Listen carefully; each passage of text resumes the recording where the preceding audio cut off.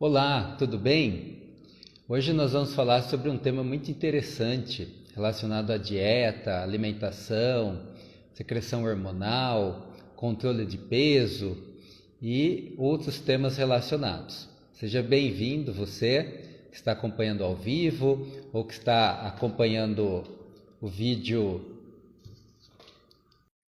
Vamos conversar hoje com um médico endocrinologista, Dr. Rodrigo Bastos. Já está entrando aqui conosco.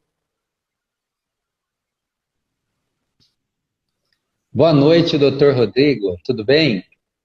Boa noite, Jair. Boa noite, pessoal. É um prazer estar aqui essa noite aí com vocês. Bom, nós vamos conversar hoje sobre dieta, metabolismo, hormônios, que são temas, assuntos que interessam muitas pessoas, né? Nesses 14 meses praticamente de pandemia, né? Aquilo que já estava em evidência, sobrepeso, né? Ficou mais em evidência ainda, né? As pessoas com sobrepeso, principalmente as pessoas obesas, né? Os estudos científicos publicados ao longo desses meses demonstraram que essas pessoas estavam entre aquelas que tinham mais risco de ser hospitalizada com a infecção da COVID e também de um agravamento, né? E daí as pessoas, é claro,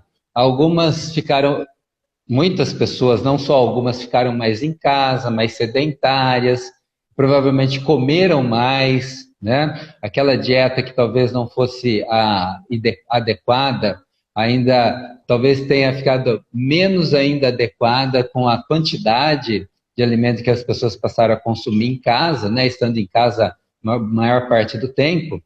Então hoje nós vamos falar sobre dietas, né? Algumas pessoas ganharam peso durante essa pandemia, algumas pessoas já tinham excesso de peso. Nós vamos falar sobre dieta, metabolismo, como se livrar.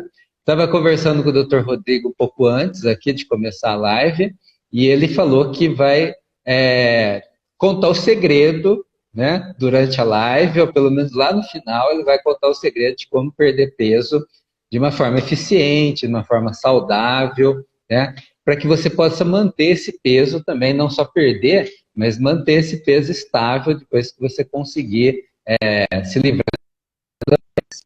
Bom, então a primeira pergunta, né, para nós começarmos a conversa aqui efetivamente, como que o médico endocrinologista pode ajudar a pessoa que está com excesso de peso, né? Como que você costuma ajudar seus pacientes, Rodrigo? Vamos lá. Primeiramente, boa noite, Jair. Boa noite para todos que estão aí. É um prazer estar hoje aqui essa noite para a gente estar batendo um papo, né, de uma maneira informal, né, de uma maneira bem gostosa aí sobre essa questão de perda de peso e emagrecimento. Então, começando aí com a sua primeira pergunta, eu acho que um primeiro ponto que o médico tem que tentar trabalhar, né, independente disso ou não, que talvez é uma coisa que às vezes passa um pouco batido, é a gente ajudar na questão alimentar, né? Ver como o nosso paciente está se alimentando, como são os hábitos, né? Como são feitas as compras, como que está sendo feito os programas de final de semana. São programas que envolvem muita alimentação, né? São programas muito gastronômicos, né? Que a gente gosta, né? Quem não gosta de comer uma coisa gostosa de final de semana?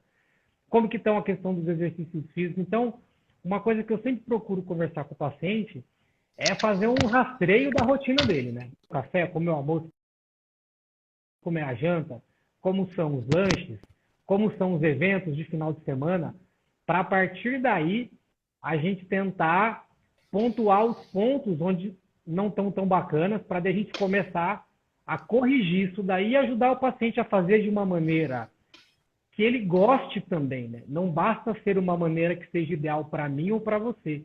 Porque cada pessoa tem seus hábitos de vida, né? Alguns trabalham de manhã, outros à tarde, outros à noite. Então, o segredo está muito em como a gente encaixar para cada pessoa um modelo de alimentação, né? Individualizado. Não dá para a gente fazer uma receita de bolo para todo mundo, porque as pessoas têm empregos diferentes, rotinas diferentes, famílias diferentes, né? Dinâmicas diferentes. E a gente tem que saber respeitar isso daí na hora de estar conversando com o paciente.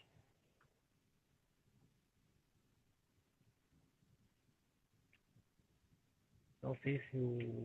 Personalização. As pessoas têm o personal Tá me trainer, ouvindo né? aí, Jair? Que passa um treinamento específico para cada pessoa, o personal trainer, e na hora da dieta, muitas pessoas seguem uma dieta que é um padrão, né? Não tem a individualização.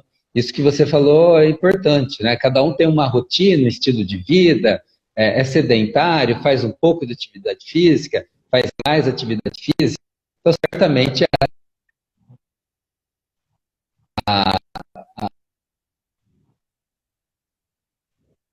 coisa que você mencionou interessante logo no início da sua fala foi a questão das atividades sociais da pessoa, né? Nós podemos chamar de rede social, né? Os seus amigos estão te convidando para eventos de gastronomia, né? Para comes e bebes, ou estão te convidando também para uma caminhada, para uma corrida, né? Isso faz a diferença, né? Às vezes você influencia as pessoas negativamente ou positivamente, e você também é influenciado pelas pessoas, não é verdade? Perfeito. A gente acaba Essa questão da, percebendo que da as pessoas... rede de social, da rede de convivência da pessoa, tem um peso importante também no sucesso da dieta, não tem? Não teria? Demais, mas demais. Eu acho que mais até do que as pessoas imaginam. O que a gente percebe, e eu acabo sempre comentando isso com algum paciente, é que as pessoas geralmente nos estimulam que não são tão para o lado da dieta, né? E quando você quer ter uma alimentação melhor, quando você quer fazer diferente, isso tem uma resistência até do meio, né? Se você é uma pessoa que come menos, que faz mais atividade física, sempre surge um comentário: puxa, mas você está comendo tão pouco. Puxa, mas você vai, né? A vida é uma só. Puxa, mas você não vai repetir o prato. Então, nós existe uma cobrança até social para que a gente coma muito, né? Se farte muito e que os programas ditos mais saudáveis, né? Exercícios, eles fiquem mais de lado e sejam até motivo de chacota, né? Então é uma coisa interessante. As pessoas não lidam bem com outros daquele grupo que tentam ser um pouco mais saudáveis, né? É uma coisa, tem uma resistência geralmente num contexto familiar, social. Então, essas pessoas não se encaixam parece que não se encaixam no espírito do grupo. E daí, como você diz, elas são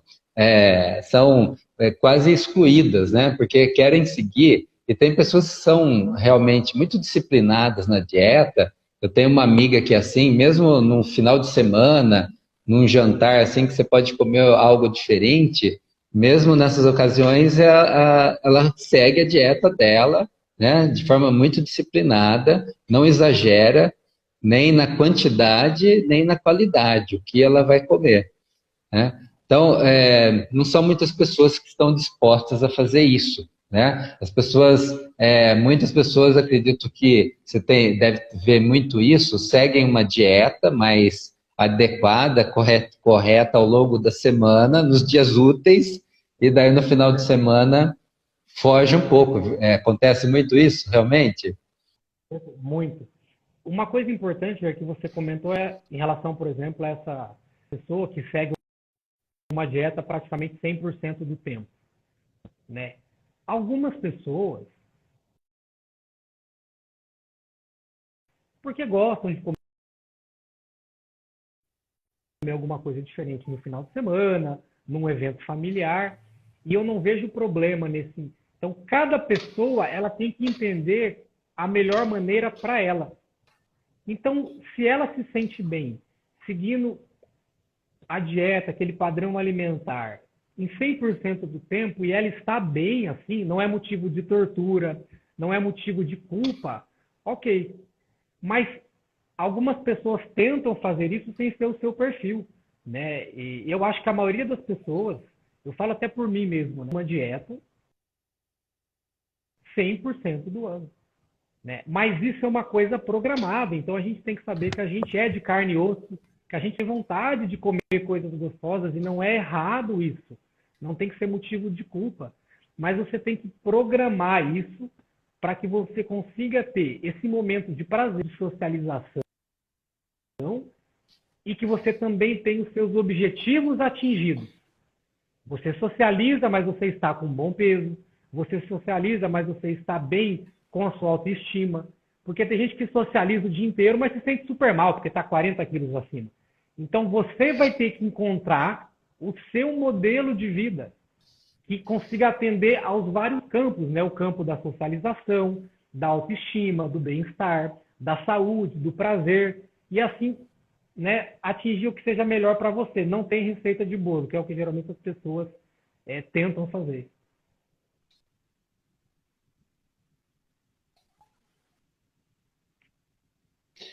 E talvez uma dica nesse sentido que pode ajudar é você se aproximar de pessoas que têm um objetivo semelhante ao seu, né? Que nós recebemos uma educação alimentar desde crianças. Essa educação normalmente vem dos pais, de um tio, dos avós, com quem nós convivemos. Agora, um problema é que nossos pais não são especialistas em nutrição, né? Eles receberam uma educação dos avós, também não eram especialistas, salvo algumas exceções. Então, nossa educação, talvez na maioria dos casos, não tenha sido a mais adequada.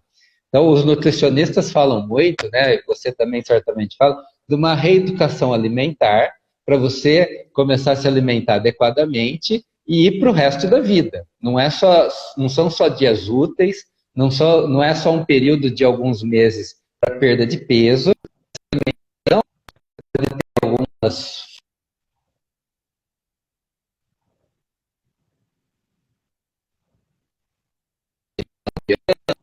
mas essa alimentação adequada você tem que tornar um hábito.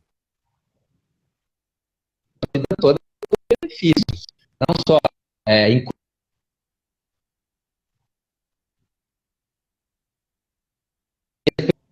a Débora aqui está comentando que as pessoas querem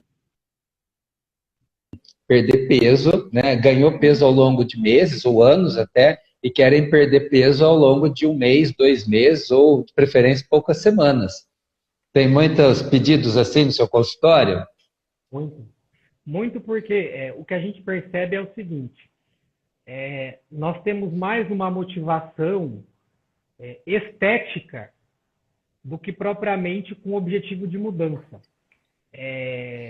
Por exemplo, imagine que uma pessoa ela está insatisfeita com o seu nariz. Ah, não gosto, meu nariz não está legal. Ela procura um profissional e ela terceiriza para esse profissional o trabalho que ele vai fazer e ele vai resolver. Então, essa pessoa ela vai entrar com uma aparência que ela não estava contente e ele consegue mudar. Então, ela sai, entre aspas, com aquele problema resolvido. Está resolvido. E é algo que na nossa área a gente não consegue. Por quê? Porque não somos nós, não somos eu, não é você, que vai resolver isso daí. Né? A gente vai caminhar junto com esse paciente para que ele percorra esse novo caminho com novas metas. Mas quem vai caminhar com as próprias pernas é o seu paciente. Então, o paciente, quando ele tem esse objetivo de emagrecimento, ele tem muitas vezes esse objetivo estético da mudança repentina, né? Como se fosse um procedimento estético, né? Puxa, eu estava com o nariz que eu não gostava e eu saí com o nariz melhor. Ah, eu quero emagrecer 20 quilos em um mês. Como se isso fosse... Mas o objetivo dele é puramente estético. Ele não pensa no que fazer para chegar até lá, nem como fazer, e muito menos como ele se mantém naquele ponto.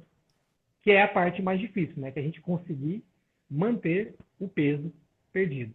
Então, às vezes aparece, né, um paciente, olha, eu vou ter uma formatura, eu vou ter um casamento, eu preciso emagrecer tantos quilos em tantas semanas. E é algo que a gente não tem como prometer. É diferente de você tirar uma vesícula de um paciente, né? O paciente está com a vesícula inflamada, você pode prometer que você vai entrar e quando ele acordar, ele não vai ter mais aquele problema, né? E a questão da obesidade, da alimentação ruim, ela vai muito além de você jogar para um profissional um caminho que só você pode percorrer e ele te ajudando, né? Então, acho que quando a gente começar a ter um pouco mais essa ideia de que é um caminho a ser percorrido, né? É um estilo de vida e que não é fácil, né? A gente dizer que é fácil, né? E é o que eu brinco, eu sempre falo assim,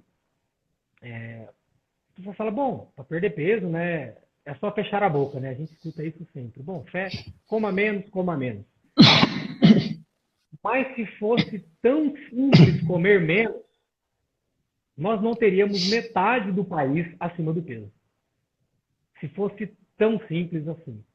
Então, comer menos passa por questões que envolvem aspecto social, aspecto genético, né?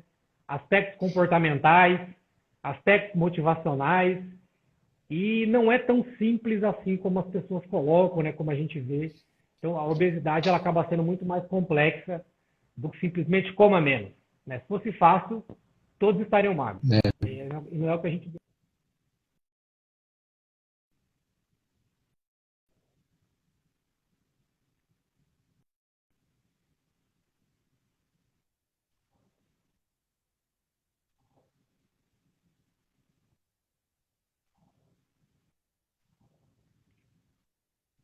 A vesícula, né, resolver um problema, né, em poucas horas ele resolve. Então a responsabilidade sobre aquele problema, a responsabilidade passa a ser do médico. Ele resolveu o problema com uma intervenção. Então é imediato, né? Agora, em alguns casos, você fez a comparação perfeita. Alguns casos a responsabilidade não é só do médico, né? Não é só do nutricionista, não é só do professor de educação física, ou até do fisioterapeuta, quando está fazendo uma reabilitação. É uma corresponsabilidade, né?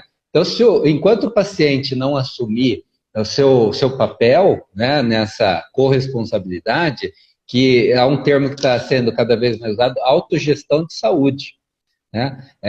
Se ele não assumir, você não vai poder fazer mágica com ele, por melhor que você seja, por mais casos que você já tenha resolvido, se ele não assumir o papel dele aí junto com você não consegue resolver, assim como os outros profissionais não conseguem, né?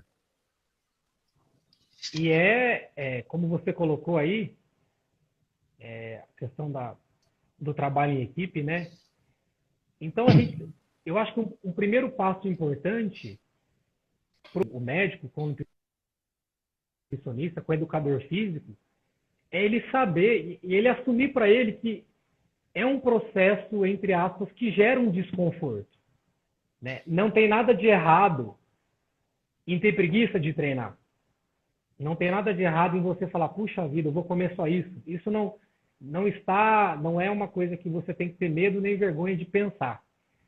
Mas você tem que saber que puxa vida, eu estou morrendo de preguiça, mas hoje eu vou treinar, então é isso. Eu tenho que fazer, eu vou fazer. Eu continuo com fome, mas o planejado era comer só isso, então eu vou comer só isso. Então, e saber que isso gera um desconforto e não tem nada de errado nisso. Porque você está quebrando velhos hábitos, né? Que o seu cérebro, inclusive, estava acostumado com aquele padrão de alimentação, de comportamento. Então, essas mudanças, elas não são deliciosas, né? Ninguém passa de uma rotina comendo pizza, lanche, comida, né, congelada todos os dias, para uma alimentação mais caseira, de maneira indolor. Não dá. Mas esse processo de desconforto, ele faz parte do seu crescimento, né? Então, isso é natural, né? O desconforto, ele é natural durante o crescimento.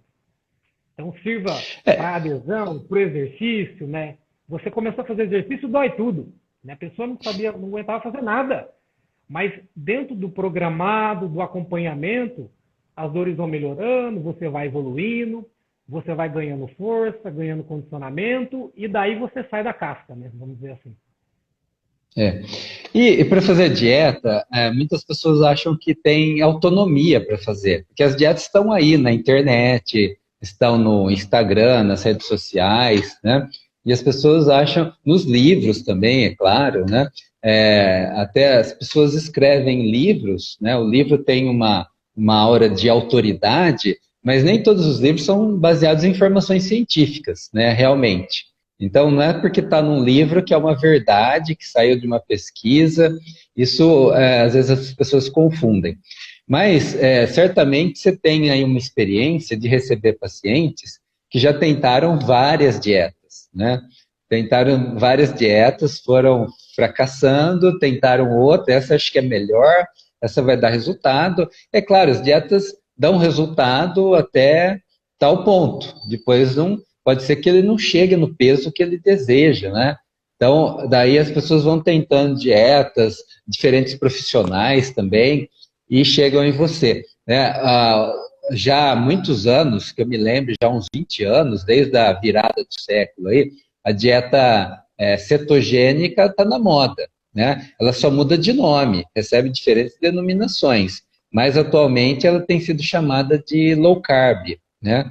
Que é uma dieta cetogênica, porque estimula uma mudança do metabolismo, essa falta ou pequena quantidade de carboidratos, né?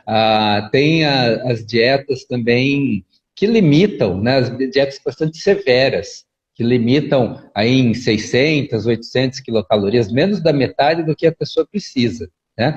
Então, eu queria saber a sua opinião sobre essas dietas, se você trabalha assim, como você trabalha assim, tipo de restrição que você faz, se você costuma trabalhar com a restrição de algum nutriente, aumentar algum outro, e também tem uma pergunta que aproveitar, né, se não for muito, o Dr. Flávio aí que está nos acompanhando, que segue dieta, treina todos os dias, ortopedista conhecido, se é necessário suplementar nesses casos, quando suplementar ou aminoácidos, ou vitaminas minerais, ômega 3, por exemplo.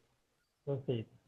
Bom, com relação a essa primeira pergunta, o que eu sempre explico por um paciente, né, ou quando a gente está conversando, ou conversando com um aluno que pergunta, e é o que os estudos batem, né, e comprovam, estudos que comparam vários tipos de dietas, né? Baixo carboidrato, alto carboidrato, alta proteína, baixa proteína, alta gordura, baixa gordura. No final das contas, o que vai importar? Qual é o fator principal? É a quantidade de calorias abaixo do que você gasta, né? Independente da composição, esse seria o primeiro ponto. E o segundo ponto, que eu acho tão importante quanto, é a adesão. O que eu quero dizer com adesão, né, para quem está assistindo aí? Procure uma dieta com baixa caloria que você seja capaz de seguir pelo maior tempo possível. 5 anos, 10 anos, 15 anos, 20 anos, a sua vida toda. Então, encontrar um estilo de alimentação. Então, eu particularmente não tenho muito essa questão de qual linha é mais efetiva, né? Tem pessoas que fazem dieta com pouquíssimo carboidrato, padrão low carb ou cetogênica, que vão reciclando os nomes, e essas pessoas se adaptam, né? Ficam bem, se sentem super bem com baixo conteúdo de carboidrato, né? Porque talvez não façam atividade física muito vigorosa, enfim. Mas tem outras pessoas que, o meu vizinho fez uma dieta cetogênica e perdeu peso e está super bem, eu vou fazer. Aí essa pessoa que não está acostumada, que faz muita questão de carboidrato, ela faz uma dieta cetogênica, ou ela se sente muito mal, né? Ou ela se sente muito infeliz e ela não vai conseguir manter. Porque eu acho, o que a gente vê assim, Jair. Então, baixa caloria, com certeza é super importante, mas o modelo de alimentação é o que se adequa a você, né? O que eu vejo muito, isso é relativamente frequente. Vai uma mulher, a gente programa uma alimentação e ela me diz que o esposo está seguindo a mesma. Mas eu falo, mas espera aí, mas seu esposo o que é? Não, meu esposo trabalha de noite e ele... Então, assim, uma pessoa já pega a dieta do outro e vai... E não necessariamente ele gosta daquelas coisas, ele gosta das mesmas coisas que ela e ter a mesma rotina, né? Até porque o que a gente já sabe, talvez as pessoas que estão nos assistindo não saibam, depois de um emagrecimento mais importante, né, 10, 15, 20, 30% do peso, nós temos uma série de respostas do organismo para sabotar o emagrecimento. Então, é como um professor que atua muito na área de obesidade, ele fala de uma maneira de ilustrar muito clara que depois que você perde peso, você vai ter que sempre andar na escada rolante ao contrário para ficar no mesmo lugar. Então, você terá que se esforçar para ficar no mesmo lugar, não é nem para emagrecer. E se você não tem uma alimentação que você gosta, isso é impossível, né? Porque o organismo ele sabota o emagrecimento. Ele aumenta hormônios da fome, ele reduz o metabolismo. Por isso que perder peso é a parte fácil. Continuar mantendo o peso perdido é outra história. Então, por isso que a dieta não pode ter começo e fim. Essa dieta tem que ser permanente, né? Ela pode ter ajustes, né? Mas tem que ser permanente. Assim como frequentar a academia durante 3 meses para ajudar nessa dieta, tornar a dieta mais eficiente, frequentar 3 meses e depois parar, não vai ajudar temporariamente só, né? Não vai te proporcionar todos os benefícios que o exercício proporciona, longevidade, etc. E a segunda parte, né, que você tinha perguntado, né, que o Flávio tinha colocado aí, na maioria dos casos, na minha opinião, as pessoas que têm uma rotina normal, que não são atletas, que não dependem, né, da parte esportiva para sobreviver, não precisam de suplementos. Em 99% dos casos, se você tem uma alimentação equilibrada, né? Então, você come arroz, come feijão, come carne, frango, peixe, ovo, come vegetais, come frutas, até prove o contrário, não há necessidade de nenhum tipo de suplemento, né? Em alguns casos específicos, para musculação, você pode prescrever um pouco de uma creatina e ver como a pessoa responde, né? Pode ser um respondedor ou não. Em algum caso específico, você pode complementar com whey protein, se for necessário, se a pessoa não ingerir proteína de maneira suficiente. E polivitamínicos, na grande maioria dos casos, a meu ver, não há necessidade para pessoas que têm uma alimentação equilibrada e balanceada, né? Não há necessidade, não há... Tem gente que fala, puxa, mas eu me sinto bem tomando. Acredito que não vai ter nenhum malefício também pelas doses, né?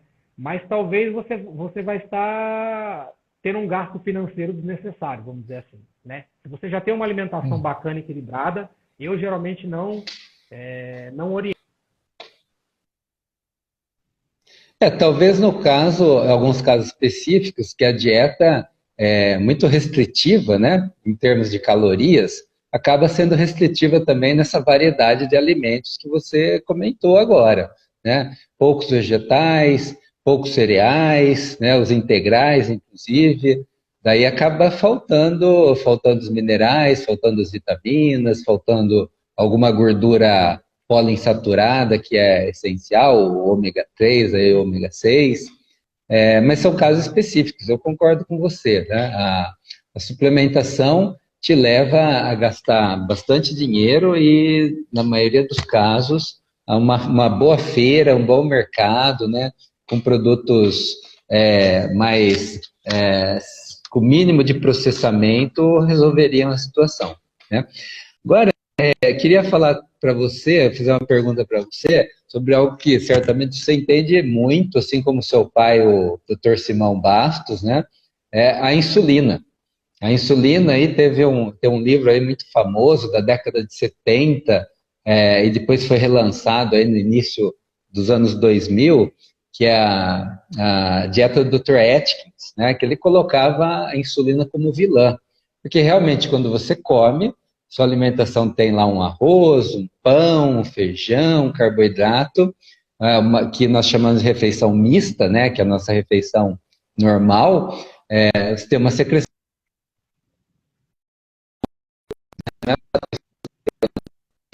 da insulina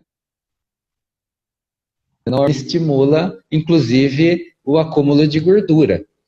Por isso, por esse efeito aí, entre vários outros que ela tem, a insulina é uma vilã? Ó, de maneira nenhuma, né? Na minha opinião, pelo que a gente vê, pelo que a gente estuda, a insulina, na verdade, um primeiro ponto, né, que ela é um hormônio super importante, né? Sem Então, dúvida. pessoas que não têm insulina não sobrevivem, né? Então, nós temos casos de pacientes diabéticos que têm zero. Então, nossa, insulina é tão ruim assim. Se você ficar com zero insulina, em 1, 2 dias você entra em coma e acaba não sobrevivendo. Então, é um hormônio extremamente importante para que a gente consiga aproveitar Oração, os Patrícia. nutrientes, aproveitar gordura, estocar gordura, então, como fonte até de reserva, né? Armazenamento energético. Eu acho que a confusão que nós temos, às vezes, é que o ganho de peso que nós experimentamos hoje em dia, né, na sociedade, está associado também a um fenômeno de dificuldade da insulina funcionar, que é conhecido popularmente como resistência insulínica, né? Então, talvez se você pegar uma pessoa acima do peso e dosar a insulina dela, que já não é nem recomendado fazer dessa maneira, sair dosando a insulina das pessoas, ela pode ter níveis de insulina um pouco aumentados, mas isso é consequência da gordura que ela acumulou e não causa. E nós vemos, às vezes, pacientes desesperados, porque, olha, minha insulina está super alta, o que eu faço? Então, aqui, o meu problema está aqui. Então, eu estou ganhando peso porque a insulina está alta. Não. A sua insulina ficou alta porque você ganhou peso. Se a pessoa perder peso, a insulina ela volta a conseguir funcionar de maneira melhor e ela vai abaixar, né? Mas a gente não avalia resistência insulínica dosando insulina, né? Não é dessa maneira. Não. Mas a dica que eu dou para quem está assistindo aí é: esqueçam a insulina. Graças a Deus vocês têm insulina, nós não estaremos aqui, né, tendo esse encontro agradável aqui, porque a ausência da insulina ela é incompatível com a vida. E algo que você mencionou brevemente, a questão hoje da praticidade dos alimentos, né? As pessoas têm usado cada vez mais, talvez principalmente nos grandes centros, as pessoas com mais poder aquisitivo, mas não só, têm usado muitos alimentos ultraprocessados, né? E esses alimentos, aí você pega uma lasanha semi-pronta, que basta aquecer no forno, por exemplo, e várias outras coisas, embutidos, né? E são alimentos classificados como ultraprocessados, que têm, em sua maioria, uma quantidade excessiva de gordura, até adicionada, uma quantidade excessiva de sal, uma quantidade excessiva de carboidratos, de açúcar especificamente, alguns deles, e as pessoas estão deixando de consumir os alimentos in natura. São as frutas, os vegetais, que você pode comer cru, basta lavar, ou então cozinhar um pouco. Isso tem um papel relevante nesse ganho de peso e também no processo de perda de peso, Rodrigo? Com certeza. Já existem alguns estudos interessantes que mostram que se a gente tiver alimentos in natura à vontade, né? Então vamos lá, comida da sua casa mesmo, então arroz, feijão, carne, frutas, vegetais, e alguém te diz para comer à vontade. E comparar com uma outra rotina sua mesmo, onde você tem à vontade lasanha, salgadinho, lanche, pizza, batata frita, sorvete. Quando você vai para esses alimentos chamados ultraprocessados, né, onde o teor de gordura é altíssimo, onde o gosto, né, a sensação de prazer, né, que a gente fala, alimentos hiperpalatáveis, o sabor para o seu cérebro é realmente algo, o seu cérebro interpreta aquilo como um prazer extremo, as pessoas acabam consumindo mais. Então, esses alimentos, a gente não pode falar que são alimentos viciantes, né? Porque isso não é verdade, não tem essa comprovação, né? Não, a gente não pode usar essa palavra vício, mas são alimentos que provocam algumas alterações no nosso cérebro que nos fazem perder o limite de começar a comer e de quando parar de comer. Por conta dessa questão de prazer, de baixa produção de hormônios que freiam a alimentação.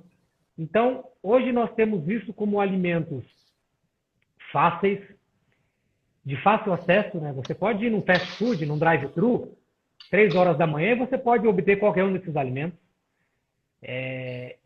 Fácil acesso, baixo custo, certo? Então, são alimentos de extremo baixo custo. Então, é uma questão que acaba, o contexto socioeconômico da população, né? O poder aquisitivo das pessoas acaba levando para isso também, e são muito gostosos. Então, a gente não pode dizer que não são, porque eles o são, né? Então, mas a indústria faz... A intenção da indústria é que seja palatável, né? Seja muito palatável. Muito bom. Que você coma e compre e repita. Então, esse consumo, o maior consumo desses alimentos, o acesso, o preço, são um convite para que a gente talvez perca um pouco o controle da quantidade e da qualidade do que a gente come. Né? Com certeza isso tem muito a ver. Uma colocação muito, muito interessante que você comentou. E o Guilherme está nos assistindo aqui, um abraço, Guilherme. Ele está perguntando se a alimentação do brasileiro, essa alimentação, vamos dizer, padrão, aí, o arroz, feijão, a salada, e, claro, outros alimentos, não é muito rica em carboidrato. Que a recomendação, talvez as pessoas que são leigas não saibam, que a recomendação que a nossa dieta tenha do total de calorias, aproximadamente 60% venha dos carboidratos. Né? Não sei se você concorda com isso, né? Que é a recomendação, pelo menos, dos especialistas em nutrição.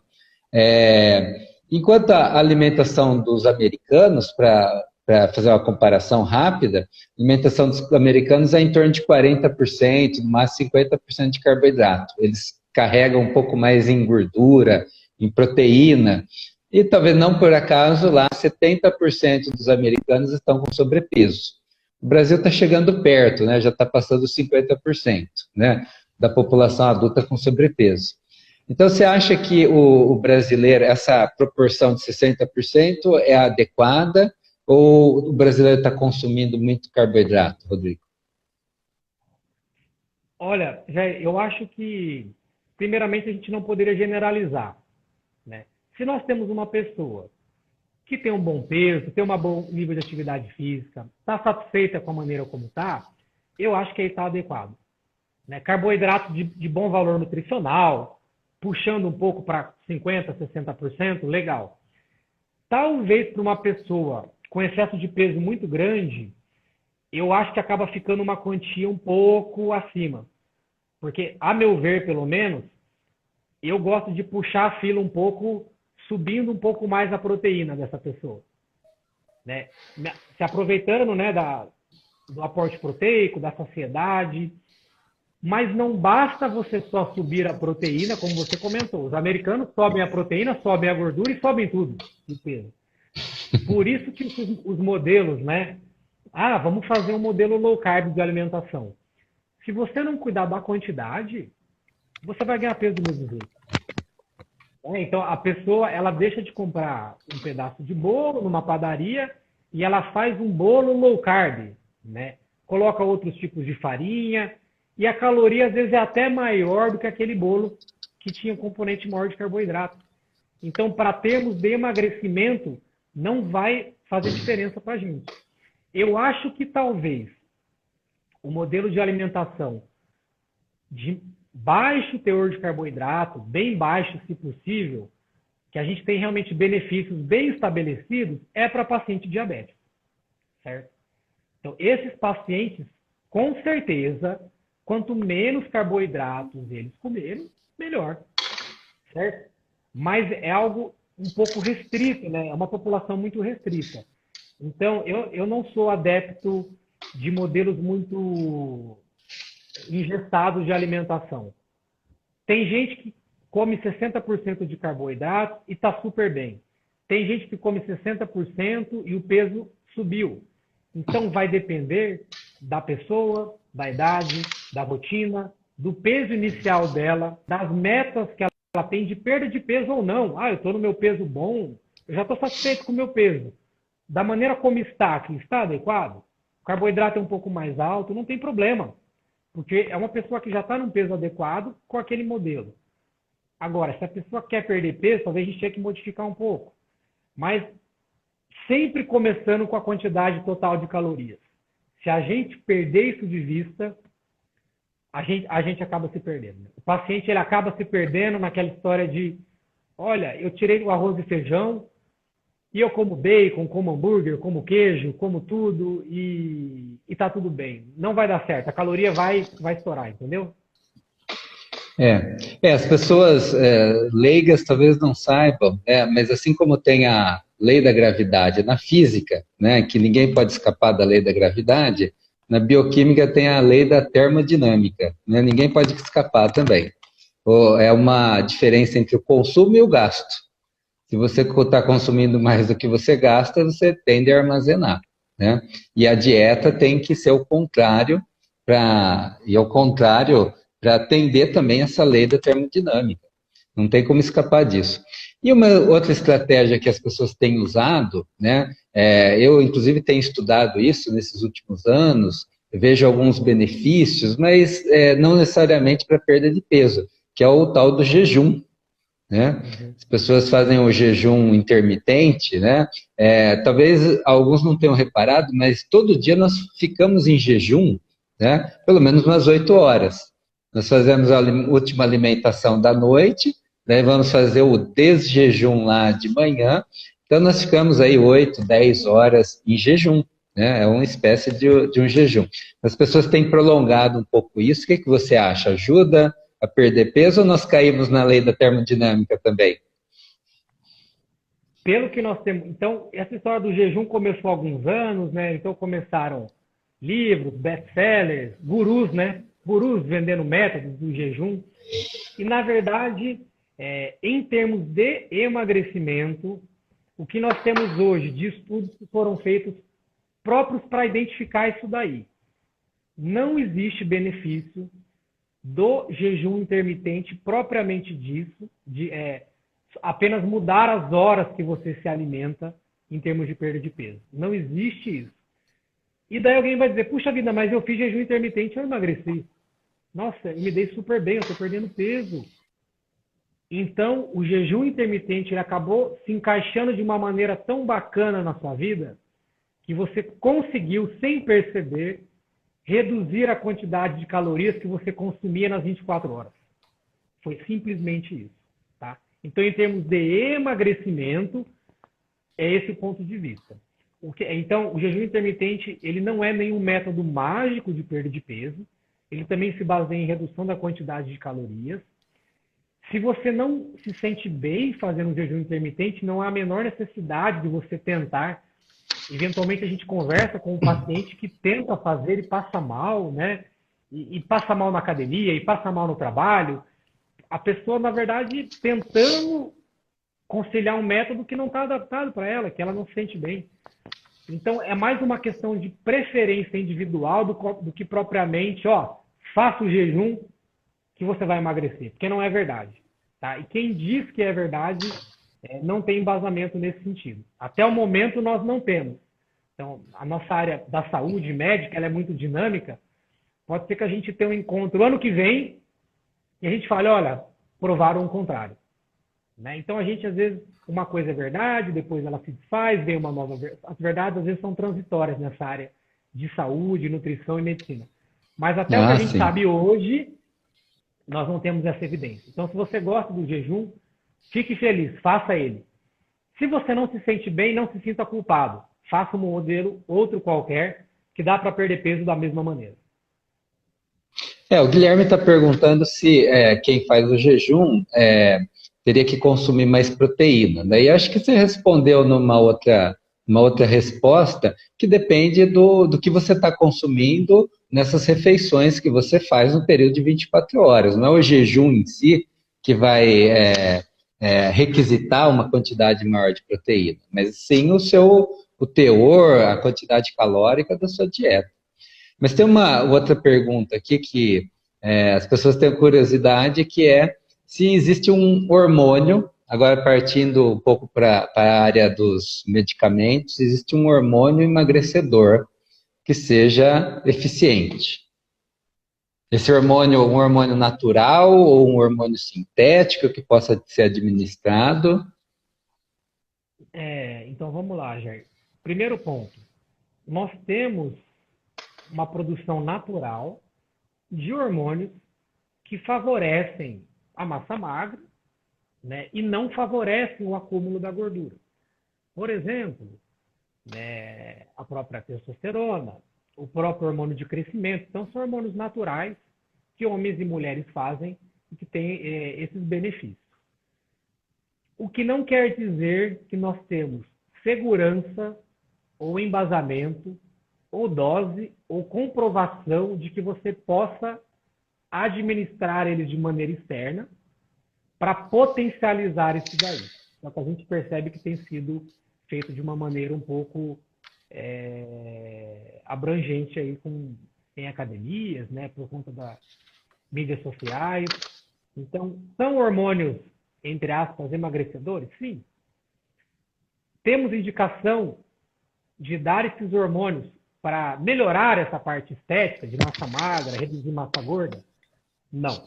Não temos segurança, não temos comprovação e, né, nós não recomendamos, creio que todos os profissionais da saúde, né, então, médicos, nutricionistas, educadores físicos, nós não temos base para estar indicando para que as pessoas reponham, apesar de estar sendo difundido de uma maneira equivocada. E também chegam muitas informações aí diferenciando hormônios. Esses hormônios são administrados. Existem os hormônios naturais, você mencionou alguns aí, até nós podemos mencionar também os hormônios que são catabólicos, você mencionou alguns. Mas quando você tem uma condição, você pode modular a secreção desses hormônios, por exemplo, com exercício físico. Você estimula a secreção do cortisol, adrenalina, que são todos hormônios que quebram a gordura. Você não quer quebrar a gordura e se livrar da gordura? Então, ao mesmo tempo que você estimula a quebra das gorduras com esses hormônios, você está com o músculo ativo e esse músculo vai usar essa reserva energética aí que estava acumulada para produzir a energia que ele está precisando, né? Então, é uma coisa óbvia que as pessoas às vezes não pensam. Mas voltando aos hormônios, tem se falado em hormônio natural, hormônio sintético e hormônio bioidêntico, né? O natural é aquele que o corpo produz. E esse sintético e bioidêntico, tem diferença? Algum tem menos risco ou é mais eficiente? Como que é isso? Bom, vamos falar primeiro, então, vou falar numa situação mais comum, né? Vamos imaginar a glândula tireoide.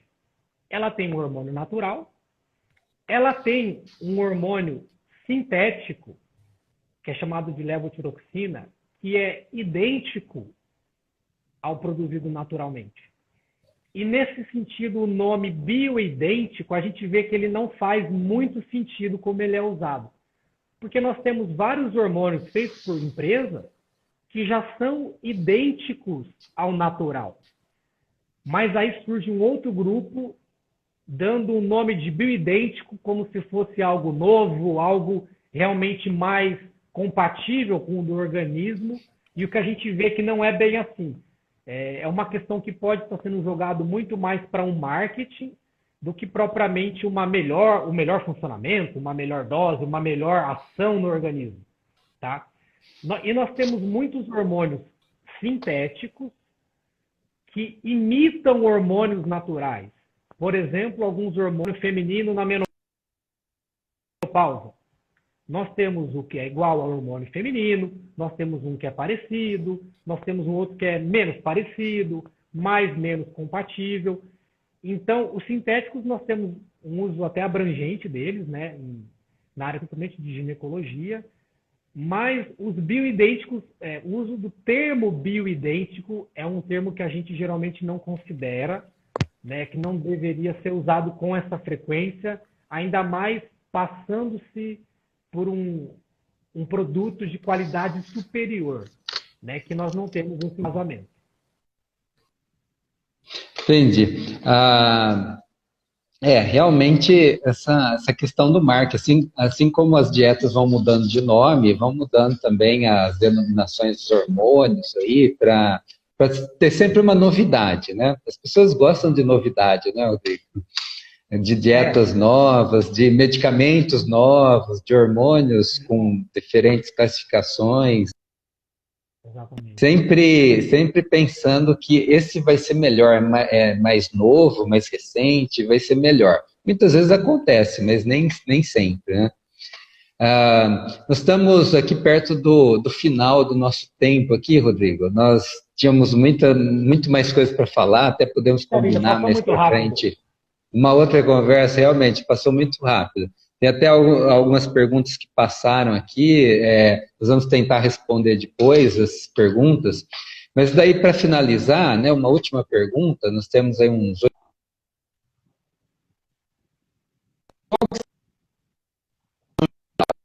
A dieta tem que ser personalizada, assim como as orientações têm que ser personalizadas.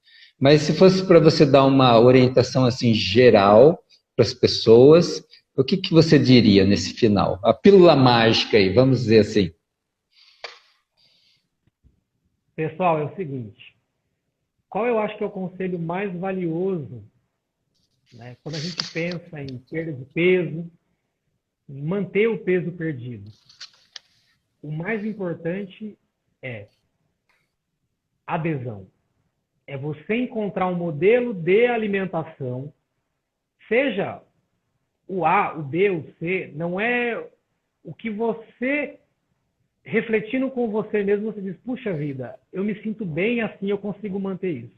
Então, é encontrar esse modelo de alimentação de baixa caloria que você consiga manter pelo maior tempo possível. Eu acho que se fosse a gente colocar numa pílula um conceito, né, como o mais importante, seria isso daí.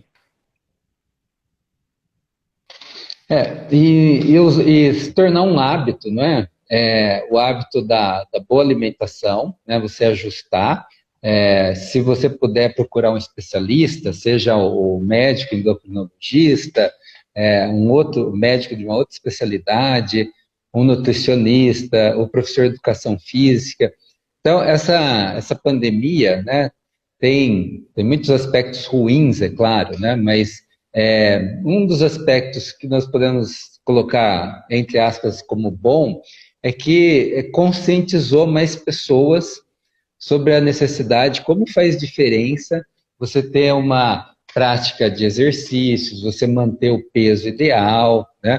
Então, todos estamos ainda vulneráveis, né, de certa forma, ao coronavírus, mas algumas pessoas estão mais preocupadas do que outras, né, pela sua condição, que nós podemos chamar de condição metabólica, né?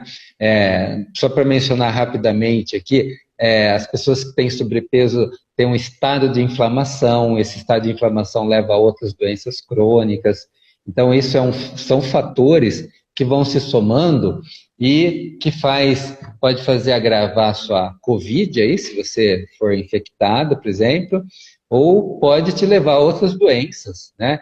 Que não vão levar sua vida em curto prazo, em poucas semanas, mas podem levar anos, né? Daqui a alguns anos, essa doença vai se agravar tanto que pode se tornar fatal para você. Então, para finalizar, eu gostaria de agradecer o Rodrigo por ter aceito esse... Eu que agradeço.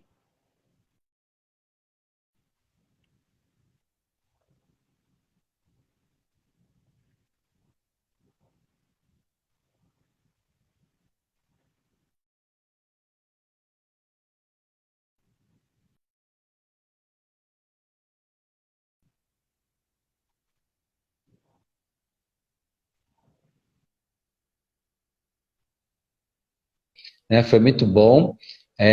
Tomara que haja outras oportunidades para nós conversarmos novamente. Com certeza, legal. Vai ser um prazer. Essa conversa gravada, quem não pôde assistir inteira ou quiser recomendar para os amigos, por favor, faça isso, né? Que foram muitas informações úteis para todos nós aqui. Todos nós aprendemos hoje. Muito obrigado, Rodrigo. Isso. Obrigado a você, Jair. Obrigado a todos aí pela presença. Foi muito bacana aí o nosso encontro. Espero que a gente possa repetir mais vezes aí. Até uma próxima, então. Obrigado, boa noite para todos. Boa noite Tchau. a todos, gente. Tchau, tchau.